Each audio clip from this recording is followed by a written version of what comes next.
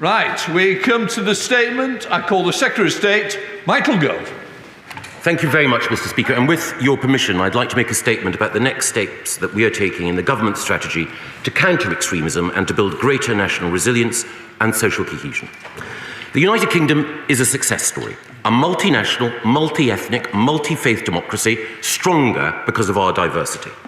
But our democracy and our values of inclusivity and tolerance are under challenge from extremist groups which are radicalising our young people and driving greater polarisation within and between communities to further their own ends. In order to protect our democratic values and enhance social cohesion, it is important both to reinforce what we all have in common and to be clear and precise in identifying the dangers posed by extremism. As our new definition makes clear, extremism can lead to the radicalisation of individuals, deny people their full rights and opportunities, suppress freedom of expression, incite hatred, weaken social cohesion, and ultimately, it can lead to acts of terrorism. Most extremist materials and activities are not illegal and do not meet a terrorism or national security threshold. For example, Islamist and neo-Nazi groups in Britain are operating lawfully, but they advocate and work towards the replacement of democracy with an Islamist or Nazi society.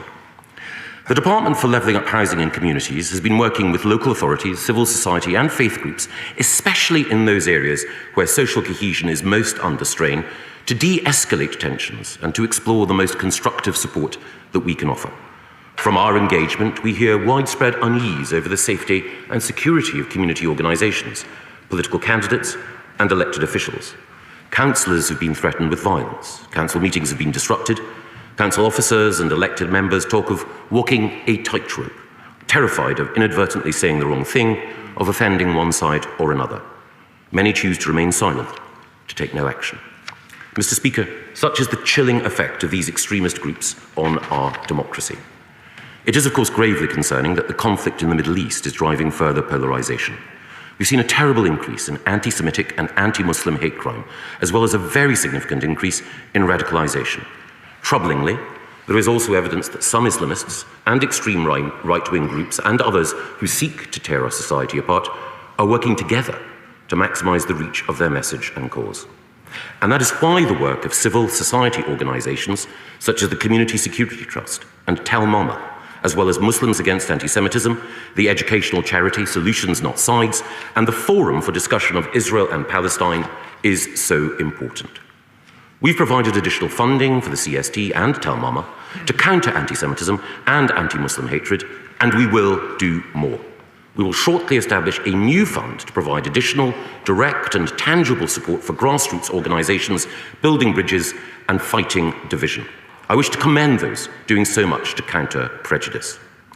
In working with civil society, it's critically important that we do not, unwittingly or through ignorance, fund or otherwise support organisations or individuals who are themselves extremist. In the past, it has unfortunately been the case that extremist groups and actors have sought to present themselves as moderate voices, representative of majority or mainstream opinion. The government has had a definition of extremism since 2011. It has helped inform our prevent counter-terrorism work and was designed to assist the government in engagement.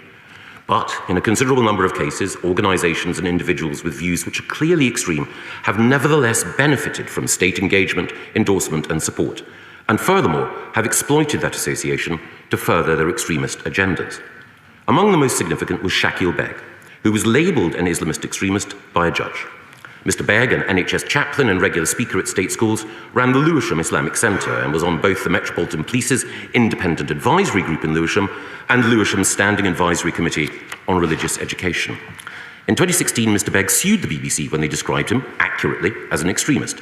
The judge in the case, Mr. Justice Haddon Cave, conducted his own scrupulous research, identifying many occasions where Mr. Beg had advocated extreme positions, including promoting and encouraging religious violence, by telling a Muslim audience that violence in support of Islam would constitute a man's greatest deed. Not only did Mr. Justice Haddon Cave dismiss Mr. Begg's claim, he drew specific attention to the danger of extremists exploiting sponsorship from state institutions. And he outlined the need for an updated and more precise definition of extremism to guide engagement by government and others. And we have since seen how figures of potential extremism concern have been able to work with the Crown Prosecution Service and the Metropolitan Police, co-opt charities, and indeed benefit from public funding. And we know from William Shawcross's excellent independent review of Prevent that such engagement has inadvertently provided a platform funding all legitimacy for groups or individuals who oppose our shared values. This apparent legitimizing of their views can lead extremists of all ideologies to be emboldened and to exert greater influence. That's why today my department is publishing an updated, more precise and rigorous definition of extremism, alongside a set of cross-government engagement principles for use when engaging with external groups. There is also detailed guidance on what the definition does and does not capture. And we're also setting up a new counter-extremism centre of excellence in my department as a world-leading authority on best practice, data and research. Mr. Be confused with Islam. Islam is a great faith, a religion of peace, which provides spiritual nourishment to millions, inspires countless acts of charity, and celebrates virtues of generosity, compassion, and kindness. Islamism is a totalitarian ideology which seeks to divide, calls for the establishment of an Islamic state governed by Sharia law, and seeks the overthrow of liberal democratic principles. It has its roots in the thinking of the founder of the Muslim Brotherhood, Hassan al-Banna, the founder of Jamaat-e-Islami, Abu al-Maududi, and the Muslim Brotherhood ideologue, Said Qutb. The Palestinian branch of the Muslim Brotherhood is, of course, Hamas. Organisations such as the Muslim Association of Britain, which is the British affiliate of the Muslim Brotherhood, and other groups such as Cage and MEND, give rise to concern for their Islamist orientation and views. We will be holding these and other organisations to account to assess if they meet our definition of extremism, and will take action as appropriate. There are, of course, further steps that we will take in the coming days and weeks to marginalise extremist groups and to support and strengthen those communities where extremists are most active and spreading division.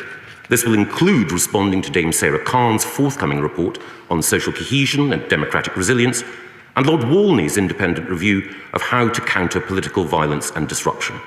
In this debate, we must never forget about the experiences of victims of extremism who are targeted by extremist groups and the severe and distressing impact it has on their lives. So I'm pleased that Dame Sarah Khan will be addressing this in her forthcoming report.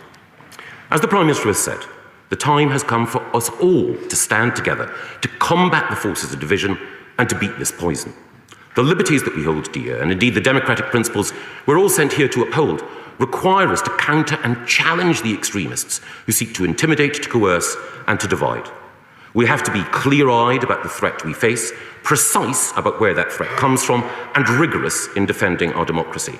That means upholding freedom of expression, religion, and belief when they are threatened, facing down harassment and hate, supporting the communities facing the greatest challenge from extremist activity, and ensuring this House and this country are safe, free, and united. I commend this statement to the House.